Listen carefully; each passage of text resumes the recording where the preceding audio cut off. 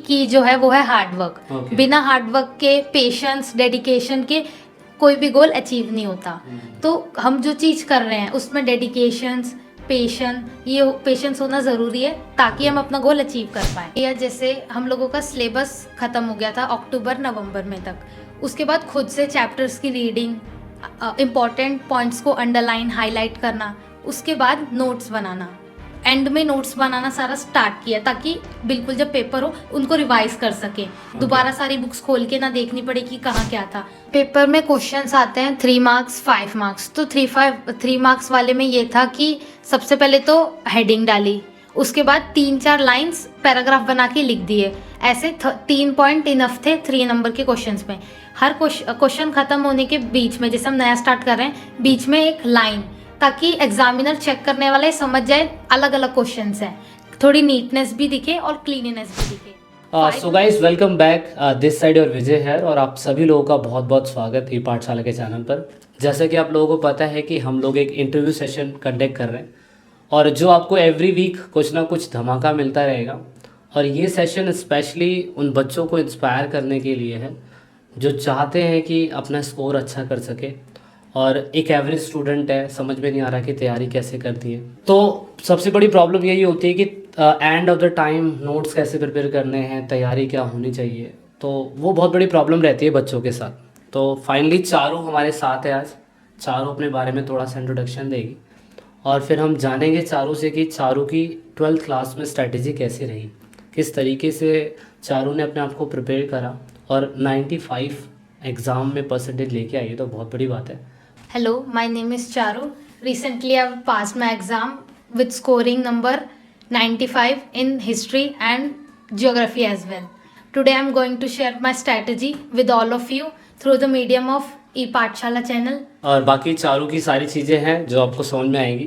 Questions आपको अपने personal question भी करने हैं तो आप कमेंट बॉक्स में लिख सकते हैं कि भाई एक सही तैयारी क्या होनी चाहिए। कुछ क्वेश्चन मिस भी हो सकते हैं। ई पाठशाला के थ्रू जो क्वेश्चंस पूछे जाएंगे, ऑफ कोर्स वो वही क्वेश्चंस है जो हमें कमेंट बॉक्स में आते रहते हैं कि सर ये पूछना चाहिए, वो पूछना चाहिए, वगैरह वगैरह। सो मतलब बेसिकली ये रहना चाहिए कि अगर 12th में या किसी भी एग्ज़ाम में अगर आप स्कोर करना चाहते हैं अच्छा, तो मुझे लगता है एक टॉपर के लिए एक एनसीईआरटी को कवर करने की क्या सही स्ट्रैटेजी होनी चाहिए। मतलब क्या एनसीईआरटी को 3 बार पढ़ना चाहिए, 4 बार पढ़ना चाहिए? क्योंकि मैंने देखा है बहुत सारे स्टूडेंट ना पढ़ने के बाद भी अपने आप को ये नहीं जज कर पाते कि क्या मैंने सही पढ़ा या नहीं पढ़ा है। तो उस हिसाब से बताओ कि एनसीईआरटी कंप्लीट कितनी बार कर लेनी चाहिए? भैया देखो, जज करने के लिए तो पहले तो खुद के ऊपर कॉन्फिडेंस होना चाहिए कि हम 2 से 3 बार जो चीज़ पढ़ रहे हैं वो हमें समझ में आनी चाहिए।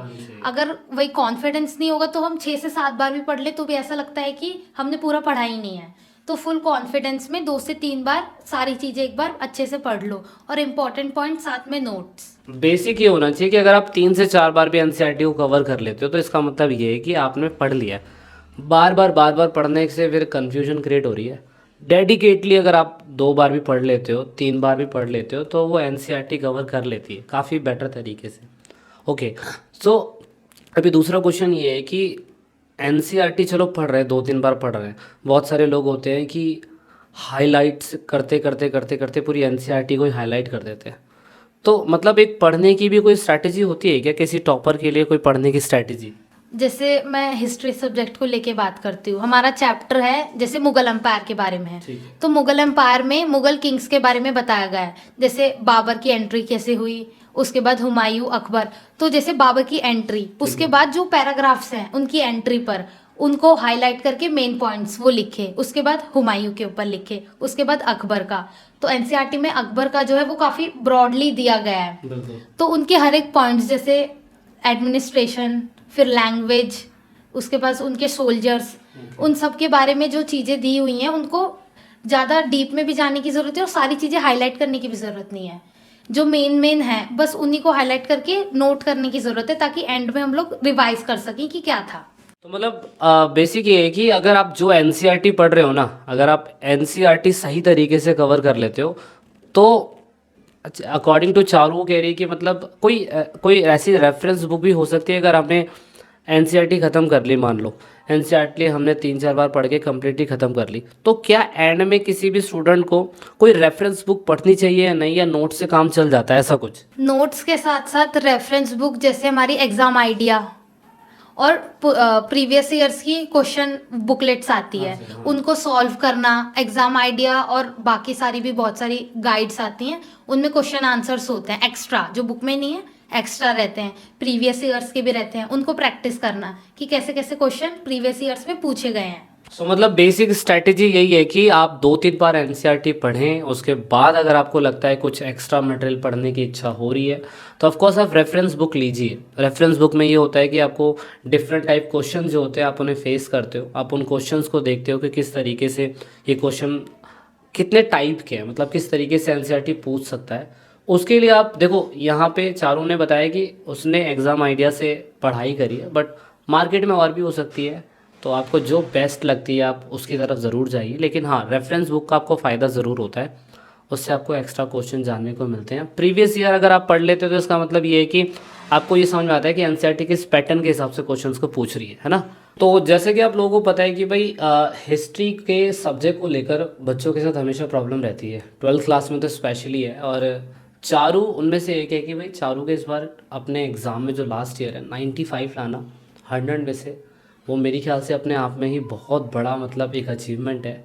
तो चारू अपने थोड़ी बताएगी कि भाई उसने किस तरीके से 95 मार्क्स लेके आई है। तो चारू कुछ बताना चाहोगे हमारे व्यूअर्स को कि सही स्ट्रैटेजी क्या होती है कि नोट्स बनाने की, अपनी खुद की तैयारी आपने कैसे करी, कुछ ही बताइए। मैंने भैया जैसे हम लोगों का सिलेबस ख़त्म हो गया था अक्टूबर नवंबर में तक, उसके बाद खुद से चैप्टर्स की रीडिंग, इम्पॉर्टेंट पॉइंट्स को अंडरलाइन हाईलाइट करना, उसके बाद नोट्स बनाना, एंड में नोट्स बनाना सारा स्टार्ट किया ताकि बिल्कुल जब पेपर हो उनको रिवाइज कर सके, दोबारा सारी बुक्स खोल के ना देखनी पड़े कि कहाँ क्या था। ये ज़रूर याद रखिएगा कि आप जो भी तैयारी करते हो ना, मतलब अगर आप सोच रहे हैं कि एक दिन में ही सारी तैयारी हो जाएगी, वो इम्पॉसिबल है। जैसा चारू खुद बता रही है कि वो पढ़ रही थी बहुत टाइम से, है ना, एंड टाइम पे उसने कहा कि भाई मोस्ट इम्पॉर्टेंट तो अंडरलाइन है ही, अब मुझे नोट्स बना लेनी चाहिए। सो मतलब आपके हिसाब से बताओ कि नोट्स जो है वो शुरू से बनानी चाहिए एंड में?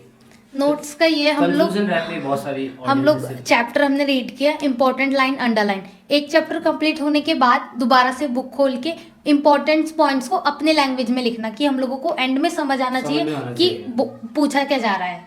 तो यानी कि अगर एक एनसीईआरटी है, अगर एनसीईआरटी को हमें ख़त्म करना है तो आपके हिसाब से, बहुत लोग कहते हैं कि मैंने एनसीईआरटी 10 बार पढ़ ली, 20 बार पढ़ ली, पर एक अच्छा स्कोर करने के लिए आप ये बता सकते हो कि एनसीईआरटी को कितनी बार हमें पढ़ लेना चाहिए? एनसीईआरटी जो लैंग्वेज लिखी हुई है इतनी कोई टफ लैंग्वेज नहीं लिखी हुई है, 2 से 3 बार हम चैप्टर रीडिंग करेंगे, इंपॉर्टेंट पॉइंट्स सब कुछ कवर हो जाता है। बाकी एक्स्ट्रा अगर हम लोगों को चाहिए तो यूट्यूब पे भैया के भी वीडियोस हैं।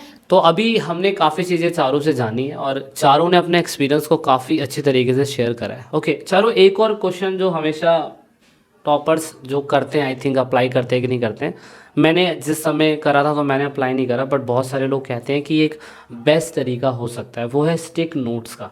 तो ये मतलब ये है क्या, इसका कोई रोल है पढ़ने में, ऐसा कुछ है कि नहीं है? भैया स्टिकी नोट्स का पढ़ने में रोल तो है, जैसे हमारी बुक्स में लाइंस में काफ़ी डिफिकल्ट वर्ड्स भी रहते हैं जिसकी मीनिंग हमें गूगल से देखनी पड़ती है, तो वर्ड्स के साथ में हम स्टिकी नोट्स लगा के उनके मीनिंग्स लिख सकते हैं ताकि हम जब दोबारा पढ़ें तो हमें फिर से ऐसा ना लगे कि हमें इसका मतलब नहीं पता, हमारे पास रहेंगे वो नोट्स, इम्पॉर्टेंट भी और उनके मीनिंग भी। और कुछ मतलब जैसे कि स्टिकी नोट्स का आई थिंक ये भी फ़ायदा हो सकता है कि अगर हमें एनसीईआरटी में कुछ एक्स्ट्रा मिल गया, कुछ जानने के लिए, कुछ रिसर्च करने के लिए, तो हम उसको स्टिकी नोट में वहाँ लगा लेते हैं।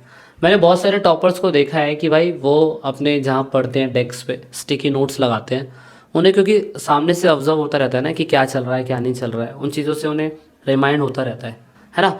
अच्छा, तो हमारे जितने भी व्यूअर्स हैं उनको अगर तुम 1 लाइन में या 1 सेंटेंस में कामयाबी का कुछ सीक्रेट सोर्स बताना चाहोगे जो एक टॉपर करता है, तुम्हारे हिसाब से वो क्या होनी चाहिए जिससे बंदों को क्लिक हो जाए कि यार यही तरीका है पढ़ने का, तो वो क्या है? भैया देखो, सक्सेस की जो है वो है हार्डवर्क। बिना हार्डवर्क के, पेशेंस, डेडिकेशन के कोई भी गोल अचीव नहीं होता। तो हम जो चीज़ कर रहे हैं उसमें डेडिकेशंस, पेशेंस होना ज़रूरी है ताकि हम अपना गोल अचीव कर पाएँ। आप सभी देख सकते हो भाई, क्या कहते हैं, मेन जो सक्सेस की है ना वो आपकी डेडिकेशन और पेशेंस पे ही डिपेंड है। मतलब ऐसा नहीं है कि आपको एक दिन में कामयाबी मिल जाएगी। कंटिन्यू निरंतर पढ़ते रहिए, चारू जी का यही कहना है। और हमारे जितने भी व्यूवर्स हैं उनके लिए अपनी तरफ से कोई मैसेज देना चाहोगे अगर? काफ़ी सारे बच्चे होते हैं सिलेबस देख के काफ़ी घबरा जाते हैं कि इतने टाइम में इतना कैसे होगा।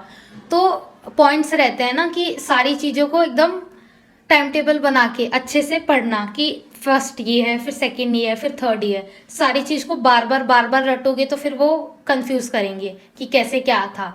पेशेंस से टाइम लेके अच्छे से उन सारी चीज़ पर काम करना, उनसे वो चीज़ें सारी याद भी होंगी और फिर तुम रिवाइज भी करोगे तो कंफ्यूजन भी नहीं होगी और ना ही इतनी जल्दी भूल पाएंगे, पेपर में चीज़ें याद भी रहेंगी। सो मेरा पर्सनली क्वेश्चन है ये वाला कि भाई ऑफ कोर्स देखो, जो टॉपर पढ़ते हैं, नॉर्मल एवरेज स्टूडेंट पढ़ते हैं, मेरे जैसे एवरेज स्टूडेंट पढ़ रहे होते हैं, लेकिन आप नोटिस ये करें कि सबका ना लिखने का तरीका अलग होता है और ऑफ कोर्स उससे आप एग्जामिनर की नज़र में एक अपनी अच्छी छवि क्रिएट कर पाते हैं।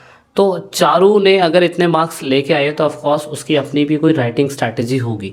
वो किस तरीके से लिखती है, चारू कुछ बातें बताएगी और आई होप दैट आप उसे फॉलो ज़रूर करिए कि चारू ने इस तरीके की चीज़ें लिखी थी। पेपर में क्वेश्चंस आते हैं 3 मार्क्स 5 मार्क्स। तो 3 मार्क्स वाले में ये था कि सबसे पहले तो हेडिंग डाली, उसके बाद 3-4 लाइंस पैराग्राफ बना के लिख दिए। ऐसे 3 पॉइंट इनफ थे 3 नंबर के क्वेश्चंस में। हर क्वेश्चन खत्म होने के बीच में, जैसे हम नया स्टार्ट कर रहे हैं, बीच में एक लाइन, ताकि एग्जामिनर चेक करने वाले समझ जाए अलग अलग क्वेश्चंस हैं, थोड़ी नीटनेस भी दिखे और क्लीननेस भी दिखे। 5 नंबर के क्वेश्चन में पॉइंट्स बना के 6 से 7 पॉइंट्स और फिर उनको एक्सप्लेन करना, इतना काफ़ी होता है। इतना काफ़ी होता है मीन्स दैट अगर आप देखते हैं कि भाई मतलब मेन है पेपर उस तरीके से लिखना कि एग्जामिनर के दिल में आप उतर गए हो और उसको नीट एंड क्लीन देखे पेपर। देखो अच्छी राइटिंग, ऑफ कोर्स एक एग्जामिनर कई हज़ारों पेपर चेक कर रहा है, उसको नीट एंड क्लीन आंसर मिलेगा और सही तरीके से आंसर मिलेगा तो ऑफ कोर्स वो नंबर देने से हिचकिचाएगा नहीं, है ना। तो ये सारी बातें चारू जी ने अपने थ्रू बताने की कोशिश करी है। आई होप कि आप ये सारी चीज़ें फॉलो करोगे। सो आई होप दैट आपको वीडियो अच्छी लगी होगी। कोई भी क्वेरी करनी है तो आप ई पाठशाला इंस्टाग्राम अकाउंट पे ज़रूर जाइए और वीडियो के डिस्क्रिप्शन में हमने चारू जी का भी इंस्टाग्राम अकाउंट लिंक दे रखा है, आप जाके फॉलो करिए, देखिए।